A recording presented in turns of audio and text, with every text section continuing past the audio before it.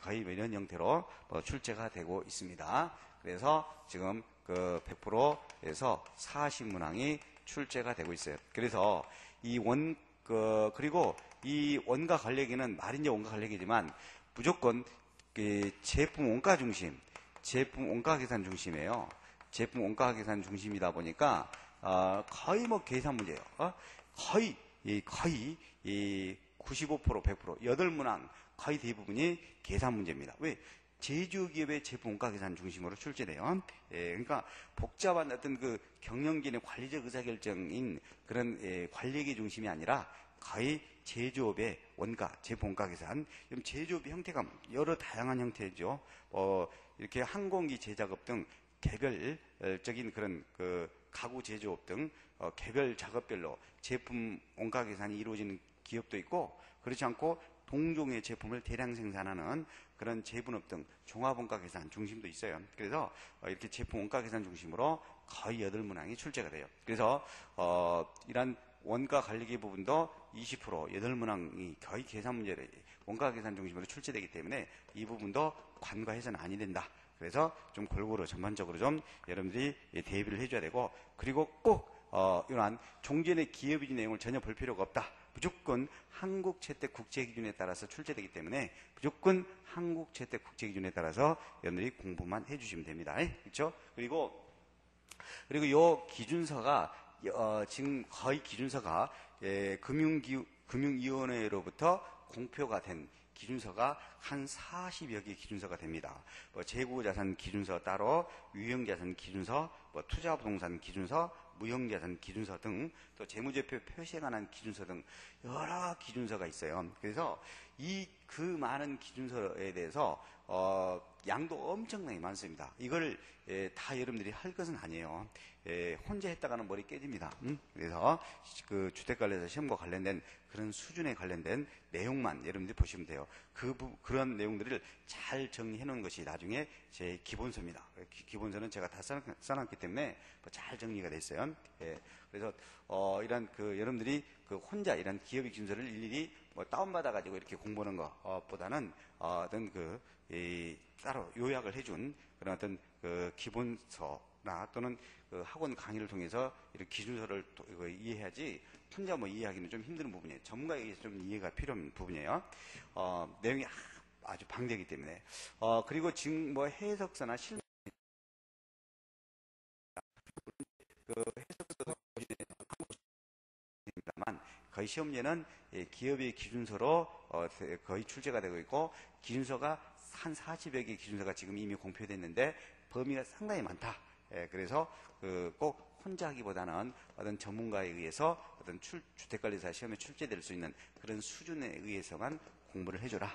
그래서 앞으로 이제 본격적으로 이제 다음 주부터 수업이 들어갈 때 이제 기본서 부분은 이런 한국주택 국제기준인 기업의 기준서에 대해서 주택관리사 맞도록 제가 잘 책을 써놨습니다. 그래서 올해도 이미 이제 합격자도 발표했고 연락도 많이 받았는데 다른 학원에서 봤는데 그래도 선생님 교재가 이 기준서에 대해서 잘 써놨더라. 그래서 이걸 여기 신뢰가 안 가지고 스님 걸 봤는데, 그래서 이번에 도움을 많이 얻어서 고득점을 합격을 했다. 이렇게 연락을 몇 분 받고 그랬는데, 하여튼, 상당히 방대해요. 그래서 꼭 주택관리사 수준에 맞는 그런 부분에 대해서만 여러분들이 반복적인 그런 연습 과정이 좀 필요합니다. 그리고 특히 또 지금까지 13회까지 왔는데, 내년 14회 시험하고 또 13회하고 또 큰 차이가 하나가 있죠. 지금 13회 시험까지는 1차와 2차를 같은 날에 병합 실시했습니다. 그러니까 이제 먼저 1차를 보고 그다음에 한 30분 시간 이제 두었다가 이제 그날 또 2차를 봤습니다. 그러나 자 14회 시험부터는 1차와 2차를 구분 시행합니다. 그건 이미 공표가 됐어요. 그래서 이제 1차를 먼저 시행한 후에 1차 합격자하고 이제 1차 합격자하고 작년에 이제 1차 합격자, 그러니까 1차 합격자만 이제 2차 시험에 이렇게 응시하도록 이렇게 1차와 2차를 구분해서 실시합니다. 지금 현재 감정평가사, 사법시험 같이 이런 식으로 1차 날짜 따로, 2차 날짜 따로 이렇게 실시한다라는 것이죠.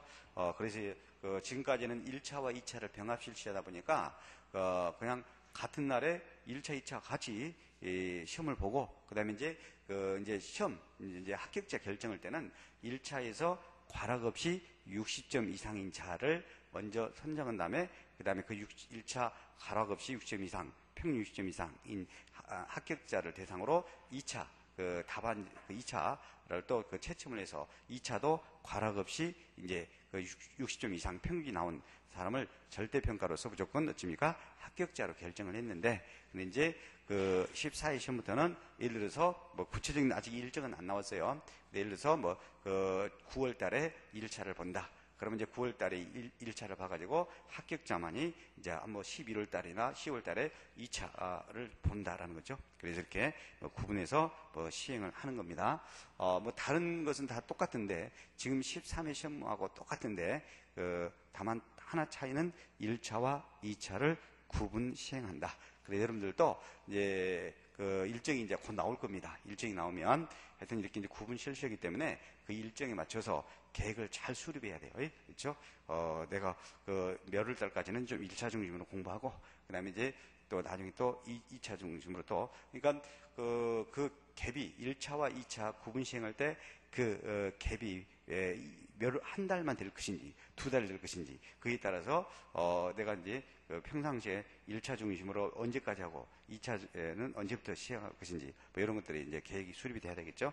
그래서 하여튼 일정이 나오면 꼭 여러분들이 이제 그런 계획을 적절히 잘 세워서 이에 맞게 대입을 해야 됩니다. 그래서 하여튼 꼭 앞으로 크게 다시 두 가지로 말씀드리면, 한국채택국제회 기준에 맞춰서 시험 대비를 해라. 그리고 너무 깊게 빠지지 말고 주택관리사 수준에 맞는 기본적인 내용 중심으로서 반복적인 연습 과정이 필요하다.